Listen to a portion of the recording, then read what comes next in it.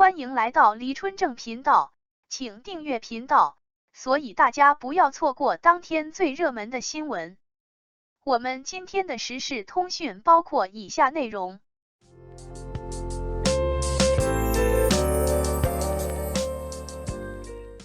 小女孩目不转睛地盯着王一博看了10来分钟，这就是魅力吗？王一博的魅力有多大？大到会在节目现场被初次遇到的陌生小女孩目不转睛地盯着看了10来分钟。天天向上出现了非常有趣的一幕，一个小女孩自上台开始就将目光锁定在王一博身上，尽管台上有非常多的人，节目流程在不断进行，但于她来说，全都浑然不觉。她的眼里只有王一博，似乎整个世界也只有他们2个人。这一幕被汪涵发现后，他不禁打趣小女孩，幼儿从开始到现在10来分钟，眼睛就没有离开过王一博。幼儿是小女孩的名字，她是快男李行亮的女儿。这次是随爸爸妈妈上节目，回娘家串门。据李行亮说，上节目之前，他找了几期节目视频给女儿看，然后女儿就喜欢上了王一博。只看了几期节目，然后就喜欢上了，这就是魅力吗？对此，小编只能说，小朋友你很有眼光。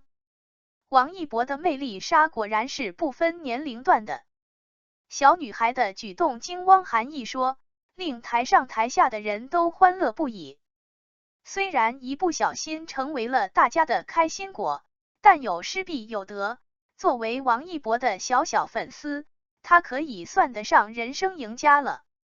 相信王一博的粉丝们看过节目后都会表示羡慕，因为小女孩亲手为王一博吃了美食，并且王一博没有用手拿，而是直接张嘴咬了过来。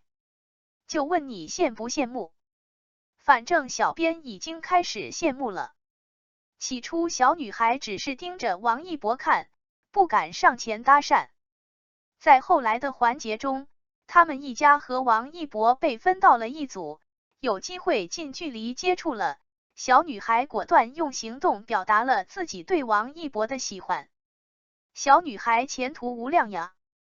见王一博吃下自己亲手喂的美食，小女孩顿时乐开了花。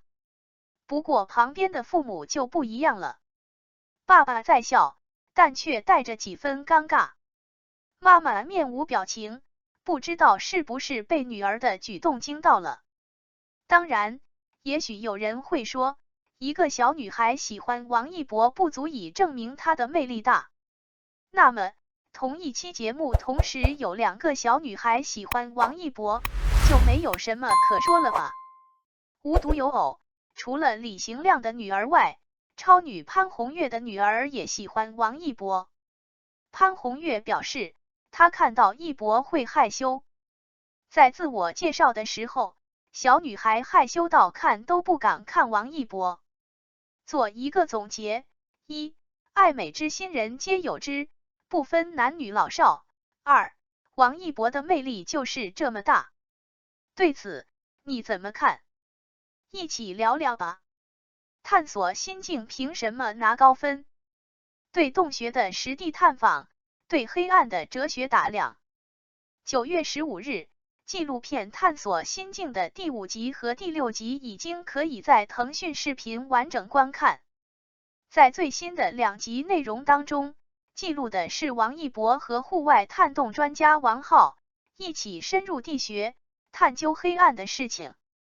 探索心境自上线开始，便获得了观众们的广泛好评。这档纪录片更是保持了腾讯视频9.9分的高分成绩，热度数值也新高不断。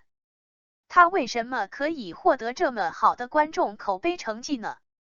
最新的2集内容便是最好的回答。第5集和第6集的内容合起来是走进黑暗的上下2集。表面上看，这2集的内容记录的是王一博和王浩深入到地穴当中，探究地学生态的事情。但是更深层次上，则是一次王一博带领观众们实现的对于黑暗与恐怖本身关系的哲学打量。前者是视觉看点，后者则是思想看点。在探索心境的纪录片内容当中，观众们看到了地穴当中的场景，看到了地穴当中的各种生物，看到了流水和石头的样貌等等。这些都是纪录片内容可以最直观提供给观众们的。咱们以往的纪录片作品当中，少有演员艺人们深入地穴的，更是缺乏极限运动状态当中的深入。所以探索心境在看点上当然是非常密集的，能够赢取观众信任的。与此同时，探索心境真的是一部难能可贵的在哲学思维上跳舞的纪录片。走进黑暗的2集内容当中，青年演员王一博和实力派导演程耳之间的对谈，更是精髓当中的精髓。王一博深入地穴的内容，提供的是哲学思考的物料，而对谈内容提供的则是哲学思考之后的语言总结。我们不妨来看一看，走进黑暗的上下2集，到底带给了我们怎样的哲学思考。他提出了一个哲学思考方向，黑暗与恐惧之间的关系。